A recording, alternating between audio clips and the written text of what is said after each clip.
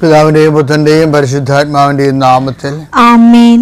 അമ്മേ പരിശുദ്ധമേ, അമ്മേ പരിശുദ്ധമേ, ദൈവമാതാവേ, കൃപാസനത്തിലൂടെ ഞങ്ങൾക്കും ഞങ്ങളുടെ ദേശത്തിനും അമ്മ മധ്യസ്ഥം തേടി തന്ന എല്ലാ അനുഗ്രഹങ്ങൾക്കും കൃപകൾക്കും ഞങ്ങളിപ്പോൾ ഹൃദയം നിറഞ്ഞ നന്ദി പറയുന്നു. അമ്മേ പരിശുദ്ധമേ, ദൈവമാതാവേ, 2004 ഡിസംബർ 7-ാം തീയതി ഉച്ചകഴിഞ്ഞ് 2:30 കൃപാസനത്തിൽ സംഭവിച്ച അമ്മയുടെ പ്രത്യക്ഷപ്പെടലിനെ കുറിച്ച് തിരുസഭയ്ക്ക് സമർപ്പിച്ചിരിക്കുന്ന പഠനരേഖകളുടെ മേൽ സഭാത്മകമായ പഠനം ആരംഭിക്കുവാൻ ഞങ്ങൾ പ്രാർത്ഥിക്കുന്നു.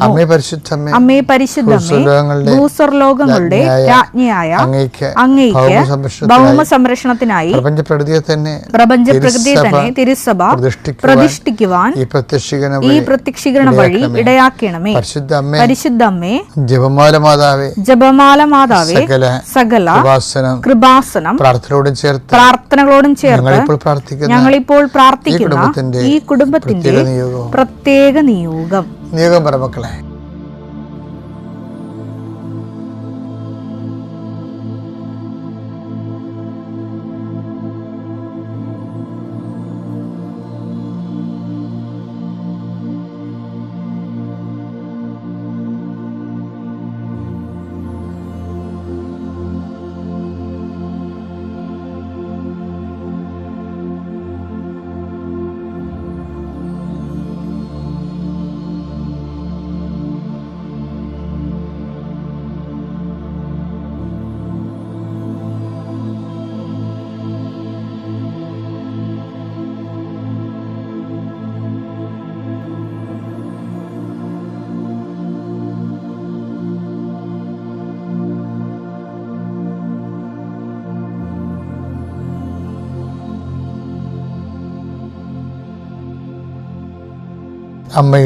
അമ്മയുടെ പ്രത്യക്ഷീകരണത്തിന്റെ ഈ അനുഗ്രഹവേളയിൽ ഞങ്ങൾക്ക് സാധിച്ചു തരുവാൻ കനിയണമേ.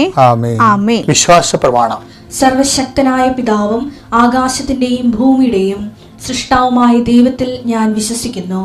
അവിടുത്തെ ഏകപുത്രനും ഞങ്ങളുടെ കർത്താവുമായ ഈശോമിശിഹായിലും ഞാൻ വിശ്വസിക്കുന്നു.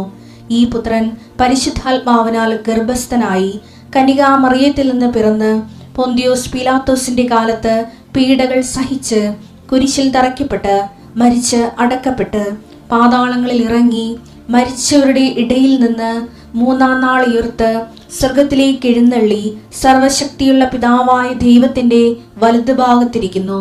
അവിടെ നിന്ന് ജീവിക്കുന്നവരെയും മരിച്ചവരെയും വിധിക്കുവാൻ വരുമെന്നും ഞാൻ വിശ്വസിക്കുന്നു. പരിശുദ്ധാത്മാവിലും ഞാൻ വിശ്വസിക്കുന്നു. വിശുദ്ധ കത്തോലിക്കാ സഭയിലും പുണ്യവാന്മാരുടെ ഐക്യത്തിലും പാപങ്ങളുടെ മോചനത്തിലും ശരീരത്തിന്റെ ഉയർപ്പിലും നിത്യമായ ജീവിതത്തിലും ഞാൻ വിശ്വസിക്കുന്നു. ആമേൻ. സ്വർഗ്ഗസ്ഥനായ ഞങ്ങളുടെ പിതാവേ, അങ്ങയുടെ നാമം പൂജിതമാകണമേ. അങ്ങയുടെ രാജ്യം വരണമേ. അങ്ങയുടെ തിരുമനസ് സ്വർഗത്തിലെ പോലെ ഭൂമിയിലും ആകണമേ. അന്നു വേണ്ടുന്ന ആഹാരം ഇന്ന് ഞങ്ങൾക്ക് തരണമേ. ഞങ്ങളോട് തെറ്റ് ചെയ്യുന്നവരോട് ഞങ്ങൾ ക്ഷമിക്കുന്നത് പോലെ ഞങ്ങളുടെ തെറ്റുകൾ ഞങ്ങളോടും ക്ഷമിക്കണമേ. ഞങ്ങളെ പ്രലോഭനത്തിൽ ഉൾപ്പെടുത്തരുതേ, തിന്മയിൽ ഞങ്ങൾ രക്ഷിക്കണമേ. ആമേൻ. നന്മ നിറഞ്ഞ മറിയമേ, സ്വസ്തി. കർത്താവ് അങ്ങയുടെ കൂടെ സ്ത്രീകളിൽ അങ്ങ് അനുഗ്രഹിക്കപ്പെട്ടവളാകുന്നു. അങ്ങയുടെ ഉദരത്തിൻ ഫലമായി ഈശോ അനുഗ്രഹിക്കപ്പെട്ടവനാകുന്നു. പരിശുദ്ധ മറിയമേ, തമ്പുരാന്റെ അമ്മേ, പാപികളായ ഞങ്ങൾക്ക് വേണ്ടി ഇപ്പോഴും ഞങ്ങളുടെ മരണസമയത്തും തമ്പുരാനോട് അപേക്ഷിക്കണമേ. ആമേൻ. കർത്താവേ, നിന്റെ ഉന്നതമായ നാമത്തിന് സ്തോത്രം ചെയ്യുന്ന കർത്താവേ, നിന്റെ വിശുദ്ധ പൗരോഹിത്യത്തെ മഹത്വപ്പെടുത്തണമേ. കർത്താവെ, സഭയിലുള്ള സാന്നിധ്യം പ്രകടമാക്കണം. 39 വർഷം ഞാൻ അർപ്പിച്ച കുർബാനയുടെ യോഗ്യതയാൽ കൃപാസനത്താറെ ജീവനോടെ പ്രത്യക്ഷപ്പെട്ട പരിശുദ്ധ അമ്മയുടെ മാധ്യസ്ഥത്തിൽ ഞാൻ മക്കളെ സൗഹൃദം പ്രാർത്ഥിക്കുന്നു. എൻ്റെ കർത്താവെ, പല മനുഷ്യരും അവരുടെ സ്വന്തം കഴിവ് കൊണ്ട് നേടാത്ത കാര്യങ്ങൾക്ക് ദൈവത്തെ അവിടെ കൂടെ നിർത്തണം എന്നുള്ള ഒരൊറ്റ നിഷ്കളങ്കമായ ചിന്തയോടെയാണ് ഈ ഡെയിലി ബ്രെഡ് എന്നുള്ള പ്രോഗ്രാം തുടങ്ങാൻ വേണ്ടി ഞാൻ ദൈവത്തോട് ആവശ്യപ്പെട്ടത്. കർത്താവേ, അതിൻ്റെ ഗുണം ഓരോ മക്കൾക്ക് ഓരോ ദിവസം കിട്ടിക്കൊണ്ടിരിക്കുകയാണ്. അവരെയൊക്കെ എല്ലാം അനുഗ്രഹിക്കുന്നവരോട് നന്ദി പറയുന്ന കർത്താവേ, ഇന്ന് നീ അനുഗ്രഹിക്കേണ്ട മക്കളെ എവിടെയെല്ലാം താങ്കൾക്ക് ഒരു സഹായം കിട്ടിയിരുന്നെങ്കിൽ അത് ആരോഗ്യപരമായ, സാമ്പത്തികമായ, സാമൂഹികമായ കൂട്ടായ്മയാകാം. ഒരു സഹായം കിട്ടിയിരുന്നെങ്കിലെന്ന് ആഗ്രഹിക്കുന്ന എല്ലാവർക്കും അവിടെ യാതൊരു യോഗ്യതയും നോക്കാതെ ദൈവത്തിൻ്റെ അനർഗളമായി നിർഗളിക്കുന്ന കാരുണ്യം കൊണ്ട് അവിടെ not by merit but by ഗ്രേസിൽ വർക്ക് ചെയ്യാൻ, അവിടെ കഴിവ് കൊണ്ടല്ല അങ്ങയുടെ കൃപ കൊണ്ടെന്ന രീതിയിൽ വർക്ക് ചെയ്യുന്ന ഒരു അനുഭവം കൊടുക്കാൻ വേണ്ടി പ്രാർത്ഥിക്കുന്നു. കർത്താവേ, എനിക്കങ്ങയും എന്തുമാത്രം മധുരമായിട്ട് തോന്നുന്നു, എനിക്കങ്ങയെ എന്തുമാത്രം ആരോഗ്യമായിട്ട് തോന്നുന്നു, എനിക്ക് അങ്ങയെ എന്തുമാത്രം സുഗന്ധമായിട്ട് തോന്നുന്നു, അത്രയും അങ്ങയുടെ മക്കൾക്ക്, ഞാൻ സംസാരിക്കുന്ന മക്കൾക്കും അതേ രീതി തോന്നാൻ വേണ്ടി ഞാൻ അങ്ങയെ അവർക്ക് കിട്ടാൻ വേണ്ടി പരിശുദ്ധ അമ്മയോട് മധ്യസ്ഥം വഹിക്കുന്നു. അമ്മേ, പരിശുദ്ധമ്മേ, ദേവമാതാവേ, എല്ലാമായ ക്രിസ്തുവിനെ, എന്തിനും പോകുന്ന ക്രിസ്തുവിനെ, എല്ലാത്തിനും ചേരുന്ന ക്രിസ്തുവിനെ, എല്ലാത്തിനും മരുന്നായ ക്രിസ്തുവിനെ, കർത്താവേ, പരിശുദ്ധമ്മേ, എല്ലാ മക്കളും ലഭിക്കാനും അതുവഴി പരപിതാവ് മഹത്വപ്പെടാനും നീ ക്രിസ്തുവിനെ ഇനിയും ഞങ്ങൾക്ക് വേണ്ടി ഞങ്ങളുടെ ജീവിത പ്രശ്നങ്ങളിൽ ക്ഷണിച്ചുകൊണ്ടും ചേർത്തുകൊണ്ടും മധ്യസ്ഥം വഹിക്കണമെന്ന് പ്രാർത്ഥിക്കുന്നു. ജോലിയില്ലാത്ത മക്കൾ, വീടില്ലാത്ത മക്കൾ, മരണത്തോട് മല്ലടിക്കുന്ന മക്കൾ, അതേസമയം തന്നെ മരുന്ന് കിട്ടാത്ത രോഗങ്ങൾ, മരുന്ന് എത്ര ആളിന് വല്ല സംഭവിച്ചു പോകുന്ന ഓർത്ത് ആശങ്കപ്പെടുന്നവർ, ഡേറ്റ് എണ്ണിയിട്ടുള്ള രോഗികൾ, അതുപോലെ തന്നെ പ്രസവത്തിൻ്റെ ഡേറ്റുകൾ, ഇങ്ങനെ ഡേറ്റുമായി ബന്ധപ്പെട്ട് സമയം കുറിച്ചവർ, ജോലിക്ക് സമയം കുറിച്ചവർ, ഇൻ്റർവ്യൂ സമയം കുറിച്ചവർ, ഓപ്പറേഷൻ സമയം കുറിച്ചവർ, പരീക്ഷയ്ക്ക് സമയം കുറിച്ചവർ, അഡ്മിഷന് സമയം കുറിച്ചവർ, ഇതുപോലെ എന്തെല്ലാം കാര്യങ്ങൾക്ക് വേണ്ടിയാണോ ഡേറ്റ് ഇട്ടിരിക്കുന്നത്, ഡേറ്റ് നമ്മളിട്ടതായാലും ശരി, പുറത്തുനിന്നിട്ടതായാലും ശരി, എല്ലാ സമയത്തിൻ്റെ അധികാരിയായ സഞ്ചാരി മാതാവിൻ്റെ മാധ്യസ്ഥത്തിൽ നിനക്ക് കർത്താവിൻ്റെ കൃപ ലഭിക്കാൻ ഇടയാകട്ടെ. എൻ്റെ കർത്താവിൻ്റെ ഉന്നതമായ നാമത്തിൽ സമയബന്ധിതമായി നിൻ്റെ വിഷയത്തിന് മേൽ ദൈവം നിറവേറട്ടെ. നിത്യം പിതാമ്പുത്രനും പരിശുദ്ധാത്മാവായ സർവേശ്വര എന്നേക്കും ആമേൻ. എൻ്റെ പ്രിയപ്പെട്ട, എപ്പോഴും എൻ്റെ മനസ്സിൽ വന്നിട്ടുള്ളൊരു വിഷയമാണ്, ആൾക്കാരുടെ മനസ്സിലുണ്ടാകുന്നതേ, എന്നെ കൂടാതെ നിങ്ങൾക്കൊന്നും ചെയ്യാൻ സാധ്യമല്ല. ഞാൻ പണ്ട് ഇത് കേട്ട കാലം മുതൽ നമ്മൾക്ക് ഒരു സർക്കാസ്റ്റിക്കായിട്ട് തോന്നും. ഞാനിപ്പോൾ കുറിച്ചെടുത്ത് പോക്കണില്ലേ, ഞാൻ വായിക്കുന്നു, നിങ്ങളെ കൂടെ സംസാരിക്കുന്നു, നിങ്ങൾ കറി വെക്കുന്നു, കഞ്ഞി വെക്കുന്നു, ഭക്ഷണം കഴിക്കുന്നു, ഇതൊക്കെ കർത്താവിനെ കൂടാതെ കർത്താവിനെ വിശ്വസിക്കാത്ത ആൾക്കാരും അതൊക്കെ ചെയ്യുന്നില്ലേ? അപ്പം അതാണോ ഉദ്ദേശിക്കുന്നത്? ഇതുകൊണ്ട് അതൊന്നും അല്ല ഉദ്ദേശിക്കുന്നത്. യോഹന്നാൻ 15:5 എന്നെ കൂടാതെ നിങ്ങൾക്ക് ഒന്നും ചെയ്യാൻ കഴിയുകയില്ല, ഒന്നും ചെയ്യാൻ കഴിയുകയില്ല.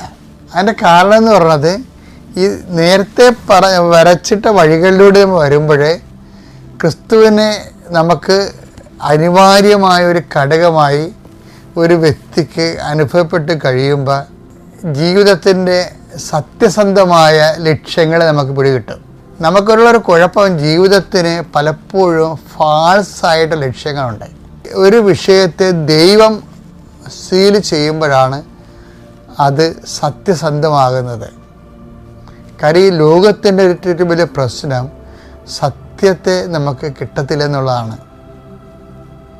അതിൻ്റെ ഒരു വിഷയമൊക്കെ സത്യത്തെ ഇപ്പം തന്നെ നമ്മൾ ഇതുമാത്രം 1857 മുതൽ ശിപ്പായി ലഹളം മുതൽ 1942 ക്വിറ്റ് ഇന്ത്യ പ്രക്ഷോഭണം വരെ എത്രയെത്ര സമരങ്ങൾ നടത്തി, ജാലിയൻ വാലാഗ് പോലെയുള്ള കൂട്ടക്കൊലകളൊക്കെ നടന്ന് നമ്മുടെ ജനങ്ങൾ രക്തം ചിന്തിയാണ് അവസാനം നമുക്ക് സ്വാതന്ത്ര്യം കിട്ടിയത്, അല്ലേ?